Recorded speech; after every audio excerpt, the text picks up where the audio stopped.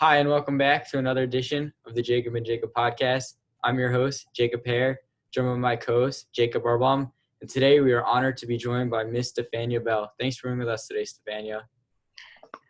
Thanks for having me.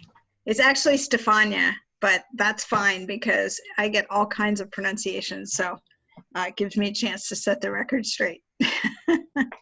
Thank you for that. No problem. So Miss Bell is a analyst for ESPN, and she's also a physical therapist and a board-certified orthopedic. And she is also the injury specialist at ESPN, which is pretty cool. So, Stephania, let's get right into it. What have you been doing this quarantine without sports? Well, I actually had a big project that I was working on right when we started this quarantine thing.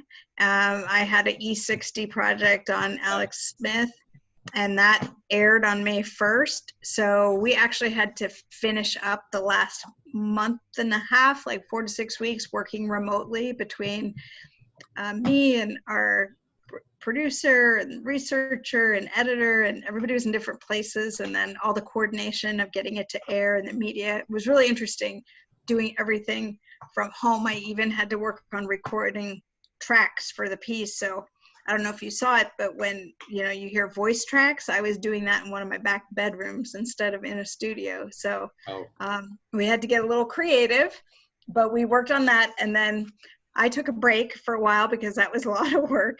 I didn't do much in May that was really work related, but I kind of was staying in touch with what was happening with different leagues as they were looking to maybe get back. And now that you're starting to see some leagues take some steps towards returning, I'm working around the clock again because I'm following all the different protocols for the different leagues that are returning. And you'll probably start to see some of my stuff. I don't know exactly where, but I've certainly been paying a lot of attention to golf because they were one of the first to get back into it. And the NBA is now come out with all their protocols. Major League Baseball is working on it as well. So I have a feeling that now I'm going to get very, very busy again as we try to sort of break down what these protocols mean. And the other thing is it's all up in the air, right? Because anything can change at any moment. So you think you have an understanding of what's happening, and then that can all change. And I think that's part of the challenge for me right now is trying to keep up with everything as it changes daily. Well, actually, I watched your E60 on Alex Smith, and I got to say, awesome job. I loved it, and I enjoyed it. It was great to watch. Yeah, well, thank you. It was very well done. Very well done. Oh, well, thank you. I'm glad you guys liked it. I certainly appreciate Alex and his family being so open and allowing us to follow them for so many months. Well, he went through what was obviously a pretty difficult recovery, but it actually, I think his story right now, when a lot of people were stuck inside or, everybody was going through a rough time to different degrees, I think it's pretty inspirational to have a story about someone like Alex, Yeah. And to our viewers out there, if you haven't watched the E60 on Alex Smith, make sure you watch it after this interview. It's a great story. You can actually get it on demand. It's very cool because it's available on demand. I think you can find it on ESPN Plus. You might be able to find it on the ESPN app, but it's essentially the TV version. All the footage and everything is there, so it's not an altered version by any means. I actually saw it run. I was just going through the guide the other day, and it was airing on ESPN2 at one point. So I think it's still running intermittently. But if you want to watch it, and the easiest way to do it is to go online and find it. Yeah, for sure. So let's get right into it about your career. So how did you become an ESPN analyst after many years in the field of sports recovery? it's interesting because, fantasy football is how I came to ESPN, and that's really the thing that brought me there. I played fantasy football, and a lot of my fantasy football league mates were asking me injury questions all the time because they felt like they couldn't get very much information from the reports. And this is before the days where a lot of stuff was available on social media. I mean, Twitter didn't exist and Instagram didn't exist. And, even online, it was hard to get information. So people would just ask me, how long does it take an athlete to recover from this type of injury or that type of injury, when they were trying to make decisions about their players? And because people were asking me, I thought, well, hey, this must be some kind of information that more people want to know. And that's what gave me the idea. And then the process of getting to ESPN was sort of, it was a combination of luck and just persistence. I started by writing online for a fantasy sports outfit that I was doing while I was working in physical therapy, both seeing patients and teaching. And, it just started to get some attention. And then I went to work for a bigger company, which is RotoWire, and RotoWire does a lot with ESPN. So, I still get to work with them, and I do some serious XM stuff with them still. But they had me writing. I'm writing for their magazines, writing online. When they did the deal with SiriusXM, I think they were the first to have a fantasy sports deal with them. I went on the radio, and then all of that led to the exposure that got the attention of Matthew Berry and the folks at ESPN. And he was building the fantasy sports department right then. He'd only been there for maybe a little over a year before I came. And so, I was somebody who brought something different because it was about injuries, and I was also a woman who played fantasy football, and Matthew's always been very good about trying to increase participation of women in fantasy sports. And so I came out for an interview and basically never left. Oh, that's awesome. I watch you on the fantasy show every Sunday and mostly every weekday during the fantasy season. Oh, well, that's good, because if you guys didn't watch, we wouldn't be able to do what we do. So thank you. Yeah, our partner might need a little fantasy help after finishing in last place last year, but we'll get to that later. Yeah, I haven't been so successful the past few seasons. But it's all right. Well, as long as you don't say that you haven't been successful because you watch us, then definitely not. All my fault. It's all my fault. Okay. Poor decision making on my part. Well, we're here to help.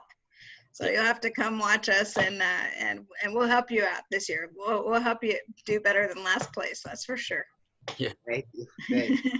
So do you believe that your involvement with ESPN has helped increase women playing fantasy football? Well, I don't know specifically. I certainly can't definitively point to any data that says that, but I do get people who tell me when we've done our live podcast shows and traveled that they appreciate, and I've had a lot of women tell me, we appreciate seeing you up there, that you're hanging out talking with the guys, and I have had some tell me it's given them more confidence to play. A lot of times when they're starting, they might be the only woman in the league, and they feel like it's a little intimidating. So I do think seeing someone who is like you, it does help in terms of feeling like, oh, hey, there's a place for me here too. We've definitely seen the numbers of women participating in fantasy sports grow, and I think that's due to a lot of factors. It's still heavily male, but we're always trying to increase women's participation. So if I've contributed to that even a little bit, that makes me very happy. So you were a physical therapist, obviously, before your time at ESPN. Do you still practice physical therapy at all, or is it strictly ESPN now? Well, as far as work, it's strictly ESPN, because one of the things about being a physical therapist, especially in sports medicine, is you're seeing your patients fairly frequently. And in order to be as committed as I am to ESPN, and when I came here, I was really trying to grow the position, do everything I could. So that required a lot of work around the clock, really, and every day. And I didn't feel it was fair to try and manage patient caseloads if I couldn't follow the patients. But I still am involved in the field of physical therapy. I still keep my license. Mhm. I've been board certified for years. I kept that, and I've consulted. I speak at conferences. I still work with people who are writing and teaching. So I've kept my hand in it, and I'm a spokesperson for my professional association. So that way I get to keep my identity in physical therapy as well. And, they're very good at ESPN about uh, pointing out my physical therapy credentials. So I Yeah. feel like I'm still contributing to PT by representing it, even though I'm not in the clinic on a daily basis treating patients. Yeah. So let's get right into NFL talk and the 2020 NFL season. So Cam Newton signed with the New England Patriots, former MVP, and Cam's had a lot of injuries in his career. Do you believe that Cam will succeed with the Patriots, or do you believe that injuries will hold him back? Well, he's certainly healthy right now, so he's got that going for him. I was actually just talking about this on Golic and Wingo this morning, and he had the shoulder injury and the foot injury most recently, and people never got to see him after he recovered from his shoulder because he got injured in the preseason with the foot. So I think that's why those questions remain. But like I told them this morning, he was making all the throws, and it's hard to believe it was just last year. I was at training camp. It feels like forever ago with all the things that have happened around the world. But when I went last year, he was making all his throws. He had full range of motion, pain-free. That was something he hadn't had in a long time with his shoulder. And so he was able to throw with his normal motion. And so we knew that his shoulder was good in that regard, but he never got to really display it. And then when he was hurt with his foot, a lot of people thought maybe there was something off with his shoulder because he wasn't able to throw well. But I think a lot of that had to do with his foot bothering him, and he was apprehensive about it and couldn't land properly on that left foot. So he ultimately had surgery for that. And, some people wondered, why didn't he have surgery right away? Well, it's a very nuanced injury. Not all of them require surgery out of the gate. Some get better with time. And in Cam's case, I think they thought it would, and it just never did. So ultimately, they made the call for him to have surgery. And he didn't have to have as extensive of a surgery as some people who have that type of injury. Again, his was more subtle. So the surgery was more subtle, if you will. And I think all of those things, shorter recovery time from that. And if you consider that he didn't play last year, really much of any consequence, that might actually have helped his body. There's something to be said when you've been in the league for 10 years that the time that you have when you get a season off like that, Ben Roethlisberger will come back this year after having a season off. That probably helps him because he's older. So for these quarterbacks who take these hits, and both of those guys take a lot of hits in the way they play the game, sometimes a year off can actually really help. And so I think Cam goes into this season with a great chance to have a bounce back year. And, one of the things about his style of play is that it has made him a little bit riskier in terms of sustaining injury. So that part remains to be seen. I don't think we can really say. But I think he's got as good a chance as he has in the last 5 years to really have a nice season.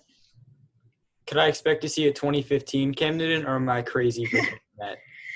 I think it's possible. I mean, who knows what will happen? He has to earn the job first, so we got to start there. But I think you combine the fact that he's had the rest for a year, that he's in phenomenal shape. All you have to do is go to his Instagram and check that out, and you'll know that he's in phenomenal shape. And then you get somebody who's a little upset. He's got something to prove. I think he thought there would be a lot of teams who were interested, and nobody came calling right away. And I think part of that was due to the pandemic and not being able to get a physical directly with a team. When you have a veteran player who's coming off 2 major injuries, team doctors don't want to sign off on that deal without seeing that player firsthand. So I think all of those things contributed to why he couldn't get a job right away. But nonetheless, it doesn't make you feel very good. And he's working for a very small salary on a 1-year deal. So you put that all together, he's highly motivated. The Patriots are the best team in the league. at plug and play, I mean, they haven't had to do it without Brady before, but they are better than anyone at when somebody's down or gone, they put in somebody else and they seem to do all right. So Yeah. I think Cam's a sleeper. That's actually, I'm calling him a sleeper for this year. Or some other players that maybe dealt with injuries last season that you have your eye on to maybe avoid this upcoming year? What was that? Somebody who dealt with injuries last year that I'm avoiding? That you have your eye on to avoid for this season? That's a good question. Well, one player I'm staying away from is Darius Geist, the running back. And, I feel badly because he is quite talented. And I don't feel like he's really gotten even a chance to show what he can do in the NFL. But I think the fact that the injuries have kept him from doing much of anything. I think the stat I read, and you guys have to forgive me. I got to catch up to speed on all my football stats because I'm working on COVID-19, but I think he's only touched the ball 42 times in the NFL. And so that's not much considering that he's now been there for 2 years. It's hard to believe, right? So I'm not convinced that he can hold up, and I would need to see a season of that and him being really productive before I would invest in him for my fantasy football team. Yeah, well, obviously once you go down that injury trend, it's hard to come back from staying healthy after 2 straight seasons of major injuries and costing him most of his rookie and sophomore season. Yeah, I mean, the thing is, there are guys who've had that, and sometimes that's why you have to really look at the injuries. I mean, it's the type of injuries that he's had for the position he plays. A torn ACL, a bad meniscus tear that required surgery, and 2 different knees. So you're talking about a running back, and both knees have had problems. It's just not a great it doesn't make for a great forecast for his future. Now he could turn it around and prove me wrong, and I always wish for the best for these players.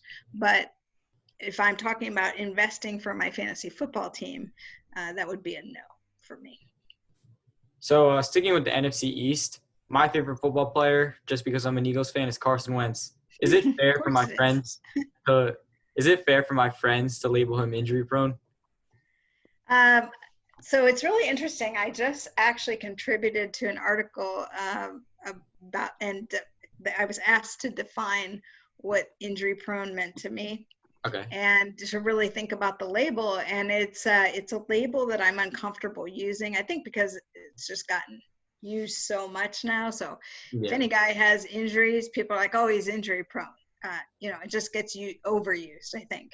Mm-hmm. And it's really hard because it's got such a negative connotation. You hate to label a player with that without really thinking about what does that mean, because there have been some players, Keenan Allen is one of my examples I use all the time, where people were calling him injury prone, and I really felt like he had some bad luck. If you looked at the type of injuries, sort of how they happened, it wasn't like he had repetitive strain injuries, overuse, breakdown injuries. He just had a couple of random things happen to him. Yeah. And so I'm really reluctant to use that label, and I don't think it's fair to use it with Carson Wentz yet. Now, if he has another big injury that costs him a lot of time, maybe, but he's also taken so much physical abuse early on, when he was really not being well protected. And I think, there's a learning curve that goes with that. And so I think that it's too soon to say that about him, but he also has to really do his part to try and avoid those situations. And when you're a quarterback, you've just got to be a little more careful than everybody else, because everyone's trying to get at you, and the physics of it, you're not going to win the battle when it's a big defensive lineman or a linebacker, Yeah, for sure.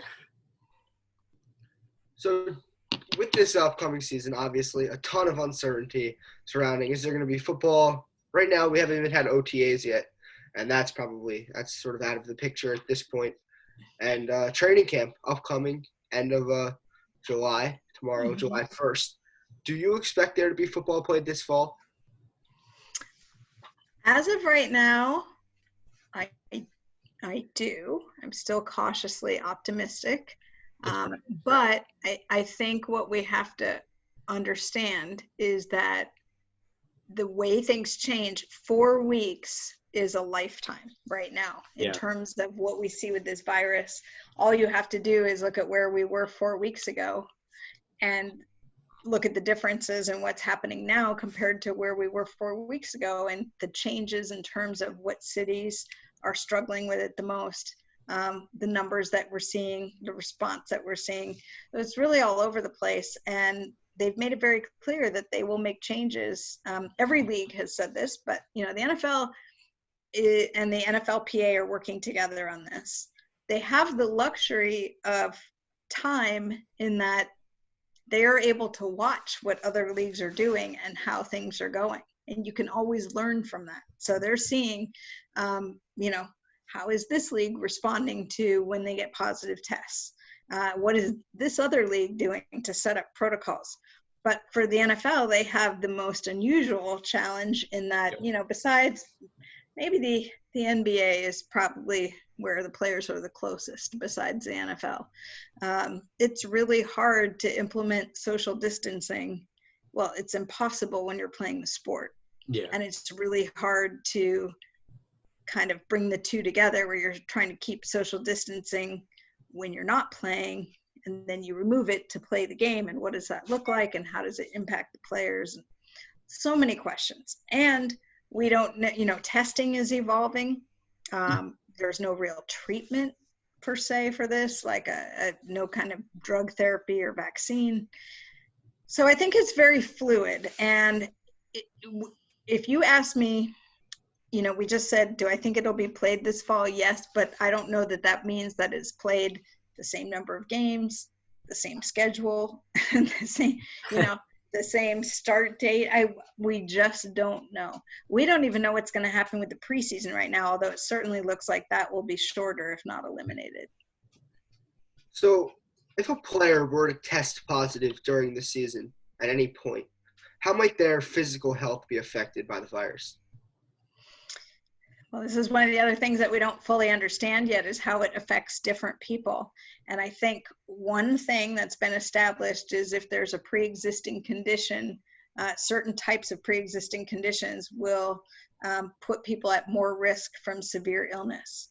And some of those conditions are asthma. We know there's some players who have asthma, diabetes, and there might be some players who are pre-diabetic, and then they talk about obesity, and body mass index relates to that, even though it's not fully accurate.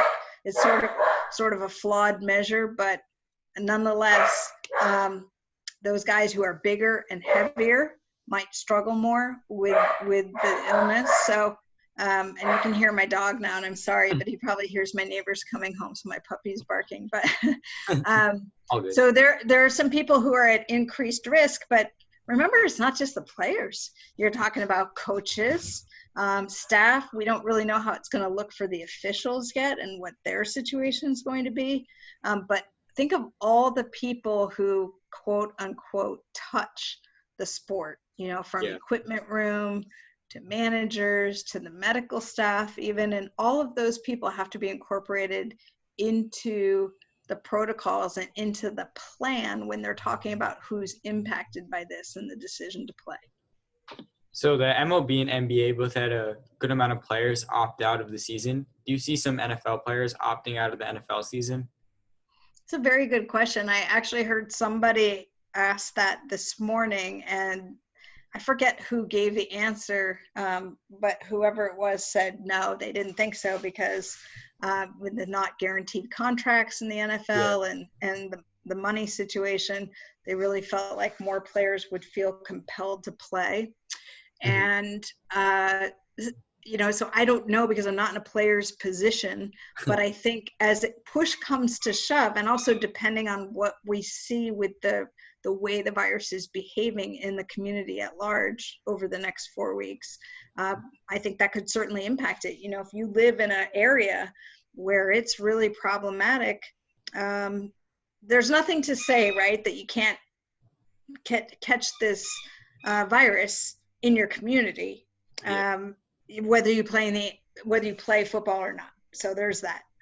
But there might be some people who aren't willing to take the chance on all that exposure potential because of the nature of how the game is played, or travel to other cities, for example, especially if they have high risk folks around them at home. And right now I haven't heard anything yet about people, NFL players being asked to be in a bubble, but that's some of the concern, right? And I think when you talk about some of the players who've opted out, we've already heard about players saying that they have high risk family members. Yeah. And that's one of the reasons they're choosing not to play. So I think that's always a possibility for sure. Yeah. So one last question before we let you go. 2020 season happens. Who are the two teams playing in the Super Bowl, and who wins? It's going to be such a weird season. This is the hardest this has ever been to answer. Yeah. Of course, you might know that I'm a 49ers fan, and my team went to the Super Bowl last year, and unexpectedly. And it was great. And I was lucky enough to get to go to that game, only to see them lose to the Chiefs. But I lived in Kansas City for a while, so, I was happy for my Kansas City friends. Not really at the time, to be honest, but later when I could think back on it, I was. But it's so hard to get back to the Super Bowl. And in order to actually have this, so we're just going to have a hypothetical that all the teams could play all the games, and then who would it be? I think the Chiefs are as good as the Chiefs are certainly stacked. They've got that going for them. The Ravens the Ravens came so close. Sorry, my dog is playing with his squeaky ball.